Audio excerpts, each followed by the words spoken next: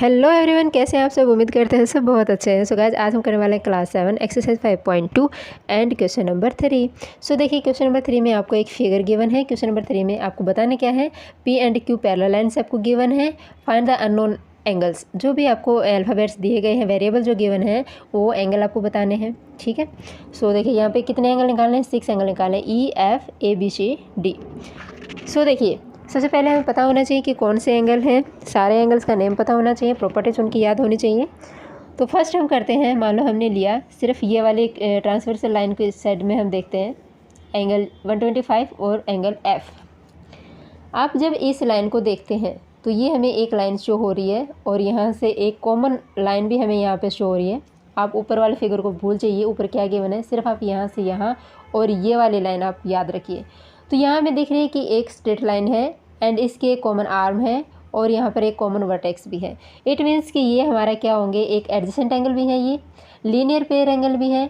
हम linear pair angle को देखते हैं तो लीनियर पेयर एंगल का जो सम होता है दोनों का कितना आना चाहिए, 180 डिग्री आना चाहिए। तो फर्स्ट हम निकालते हैं, अगर फर्स्ट प्रॉपर्टी हम फॉलो करते हैं तो वो करते हैं 125 डिग्री प्लस एंगल कौन सा है, एंगल एफ। तो ये दोनों का एंगल सम कितना होना चाहिए, दोनों का 180 डिग्री होना चाहिए। 180 डिग्री क्यों होना चाहिए, अब इसका रीज़न लिखना है, क्योंकि ये हमारे हैं लीनियर फॉर्मेशन शो हो रहे हैं। ठीक है, ये हमारे हैं लीनियर पेयर एंगल। ठीक है, लीनियर पेयर एंगल है तो इन दोनों का सम 180 डिग्री आना चाहिए। तो यहाँ से हम एफ़ की वैल्यू निकाल सकते हैं 125, यानी कि एफ एंगल डायरेक्ट निकाल लीजिए, 180 डिग्री माइनस 125 डिग्री। इसमें से इसको माइनस करते हैं तो आता है कितना, 5 यानी कि 55 डिग्री। ठीक है, इट मीन्स कि हमारा एफ जो एंगल आ गया वो आ गया हमारा कितना, 55 डिग्री। अब आप इस पूरी फिगर को देखते हैं तो ये ई और एफ हमारे कौन से एंगल हैं, वर्टिकली अपोजिट एंगल। और वर्टिकली अपोजिट एंगल जो होते हैं वो हमारे क्या होते हैं, सेम होते हैं। इट मीन्स सेकंड जो प्रॉपर्टी हम अप्लाई करेंगे वो कौन सी करेंगे, वर्टिकली अपोजिट एंगल वाली, यानी कि एंगल ई और angle F are vertically opposite angle, vertically opposite angles. ठीक है, hence angle E equal to angle F direct लिखते हैं। अगर ये वर्टिकल अपोजिट एंगल है तो इट मीन्स एंगल ई और एंगल एफ जो होंगे वो इक्वल होंगे।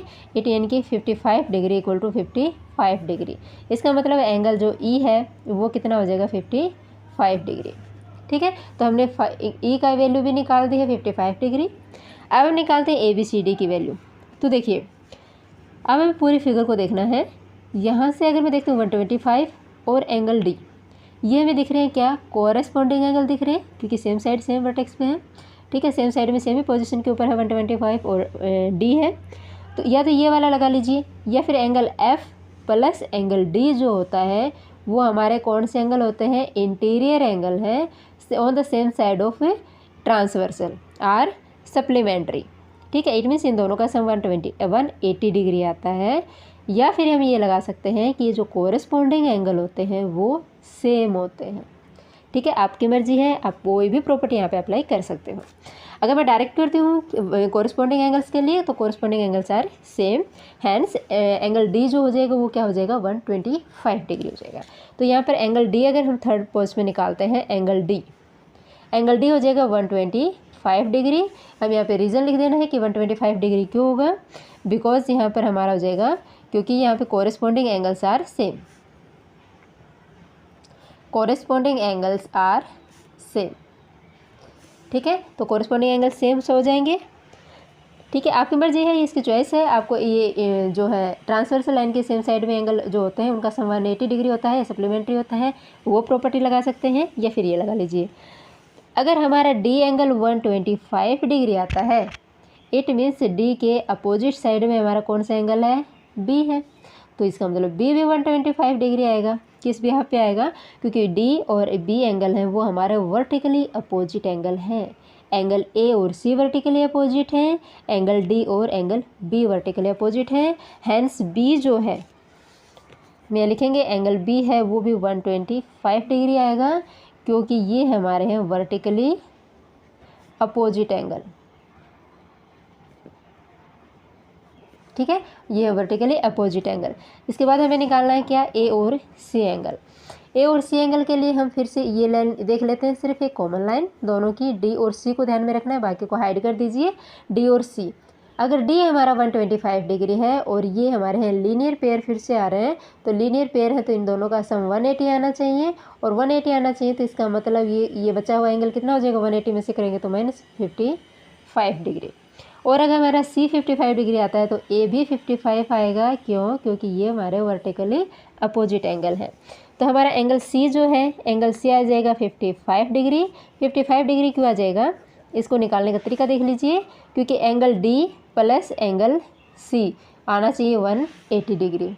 ठीक है, अब ये 180 डिग्री क्यों आएंगे, क्योंकि ये हमारे हैं लीनियर पेयर एंगल। ठीक है, ये हमारे लीनियर पेयर एंगल है, तो एंगल डी हमारा है 125 डिग्री है, और सी हमने निकालना है, सी हम इसमें से निकालेंगे तो angle C is equal to 180 degree.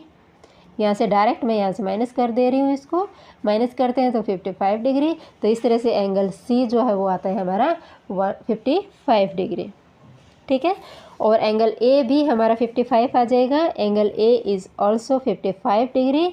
क्यों, क्योंकि ये हमारा है वर्टिकली अपोजिट एंगल।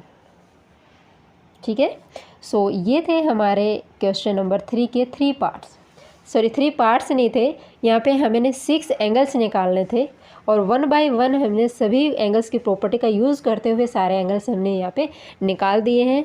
और उम्मीद करती हूँ आपको ये क्वेश्चन समझ में आ गया होगा। फिर भी अगर आपको कोई भी प्रॉब्लम है, कोई क्वेरी है, तो प्लीज़ कमेंट कीजिए। सेशन पसंद आता है तो लाइक कीजिए, शेयर कीजिए, चैनल को सब्सक्राइब कीजिए। Thank you so much.